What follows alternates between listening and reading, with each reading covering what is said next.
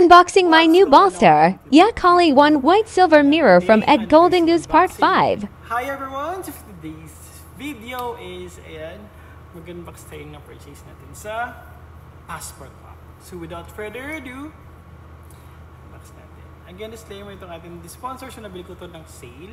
Ayan, this one is the sale. Ayan, yan yung karton nyo. Diba? Sirang-sira na.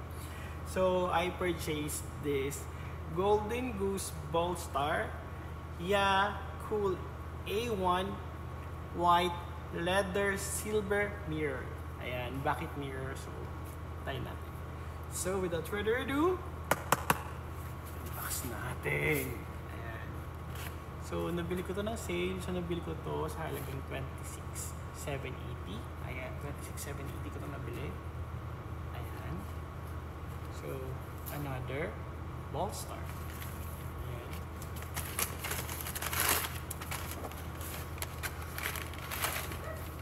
Ayan. So, pinusin ko pala, wait na. Kasi magagawa pa ako ng transfer.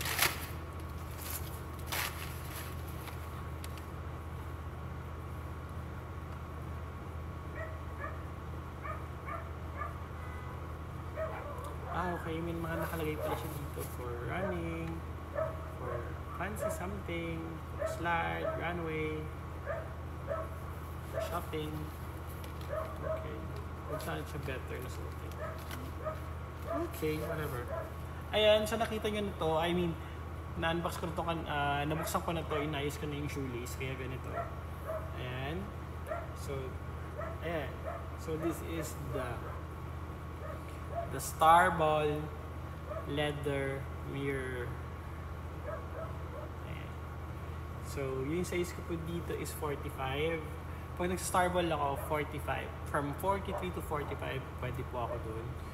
Madalas kasi is kumakapal yung mga medyas na ginagamit ko. So, I purchase 45 na ngayon. Ayan. So, kung 44, okay lang naman. 45 better for me na. Ayan. So, this is the mirror. Kung bakit siya mirror, it's because of this one, this star. Ayan po. Ayan dyan. Ayan.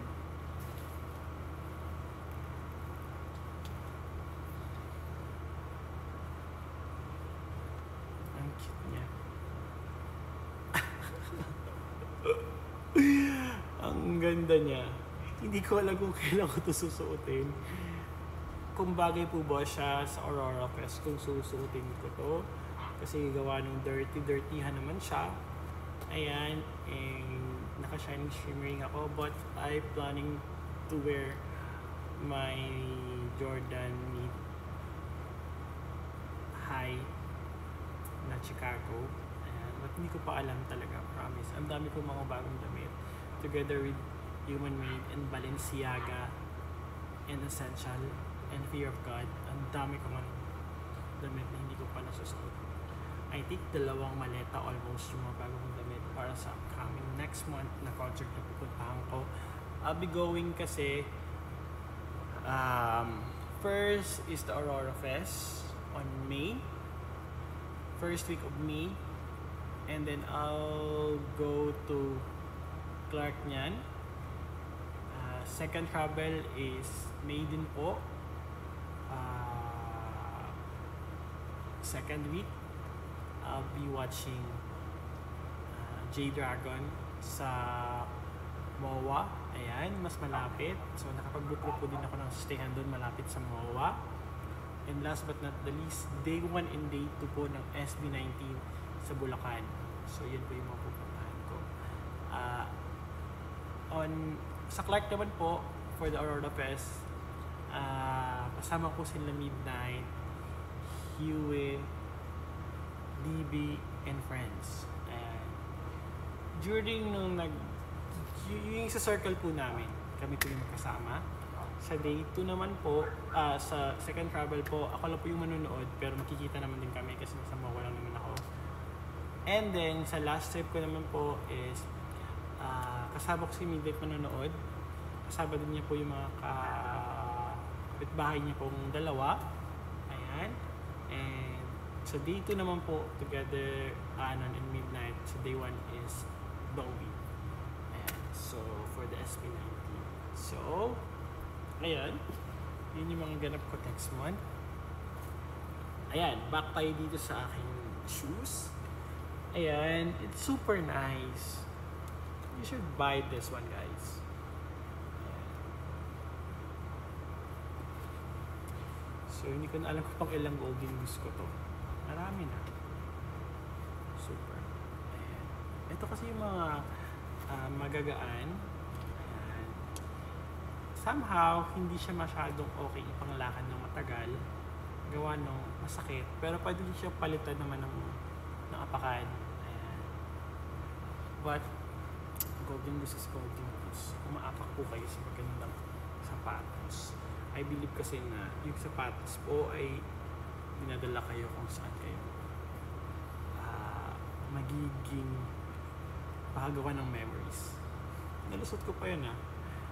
So, this is my new favorite. Ayan. Dalawa kasi yung mga favorite ko talaga sa golden goose.